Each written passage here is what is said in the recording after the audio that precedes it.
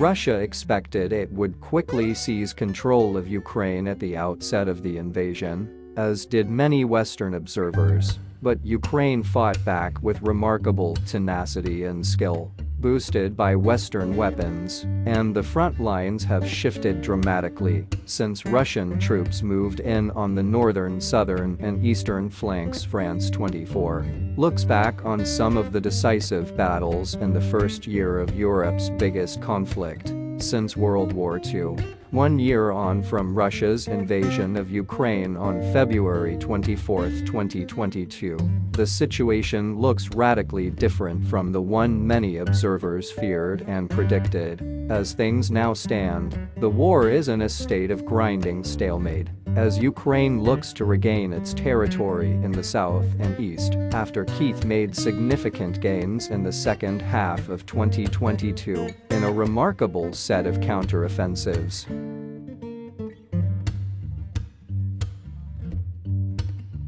When Russia launched its invasion, the consensus amongst analysts was that a quick Russian victory would depend on it taking control of the skies and then capitalizing on it, Gressel noted, but Moscow failed to achieve aerial mastery, and that had significant consequences for what happened after the Russians followed the first rule in gaining dominance in the skies, using intensive electronic jamming to blind Ukrainian air defenses, thereby making it much easier to bomb targets like air bases, that they were careless in assessing their own bombing, failing to realize that they were causing a lot of damage, but little destruction. Gressel said the Russian military was then too hasty sending in ground troops before the aerial offensive had achieved its objectives. In order to launch the ground invasion, they had to stop jamming electric devices,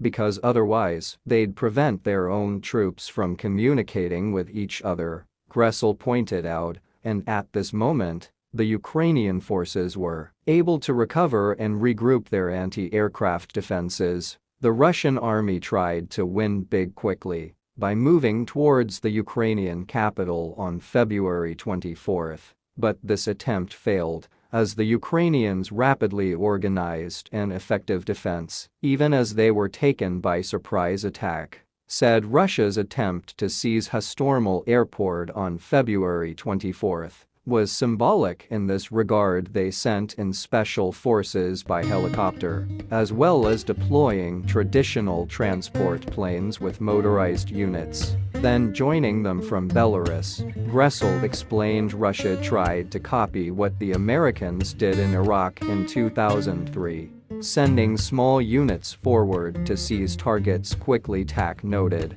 but they lacked the air support U.S. forces benefited from during that invasion, and that made all the difference for the Ukrainian defenders. So this Russian strategy ended up like firing, because it stretched the Russian army and gave Ukrainian troops more time to regroup between the two waves of TAC's attack, explained.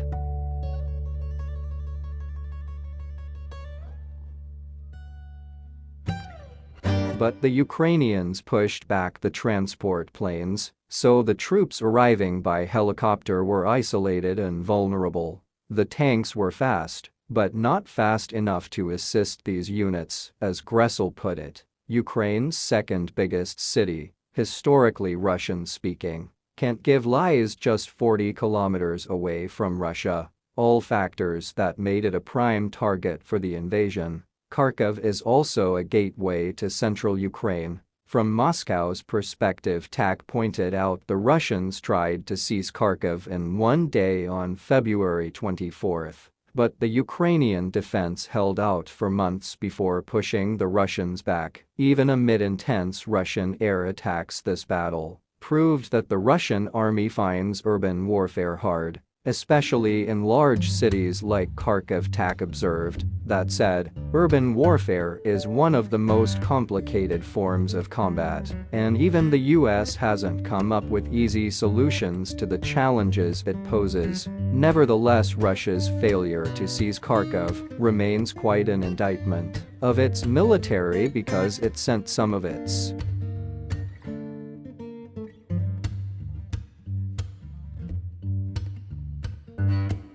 most elite units there as TAC outpointed, and the significant losses incurred there mean those units were not going to be where they were needed elsewhere on the front. As Russia's struggles intensified later in 2022, the strategic port city of Mariupol in southeastern Ukraine was a major Russian target. Controlling Mariupol would allow Moscow to create a bridge between the Donbas region and its gains in the Kherson region, further west TAC noted, but the battle for Mariupol was far more difficult and lengthy than Moscow envisaged. The Russians first occupied the port, then moved to the city center, needing to defeat one pocket of resistance after another in grueling combat. The most famous symbol of Ukraine's fierce resistance in this merciless battle, a symbol that will doubtless go down as iconic in the history books, was the Russian military used a lot of artillery to break the lines of defense and open a path for the infantry Gresel. The Ukrainians found it difficult to counteract against these artillery barrages in Popasna, but at the time,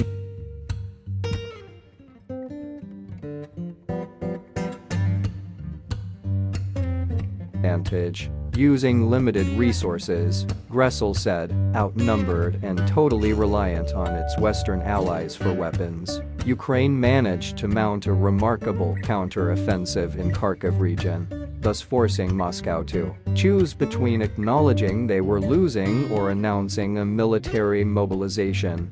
Gustav said indeed, Russian President Vladimir Putin declared on September 21 a partial mobilization of civilian reservists. Ukraine made deft use of the art of trickery ahead of this offensive, making it look like they would launch a major attack around Kherson, prompting Russia to redeploy its troops to the south. Then as soon as the Russian line of defense started looking stretched around Kharkiv, the Ukrainian army struck their attack. Concluded. Thanks for watching.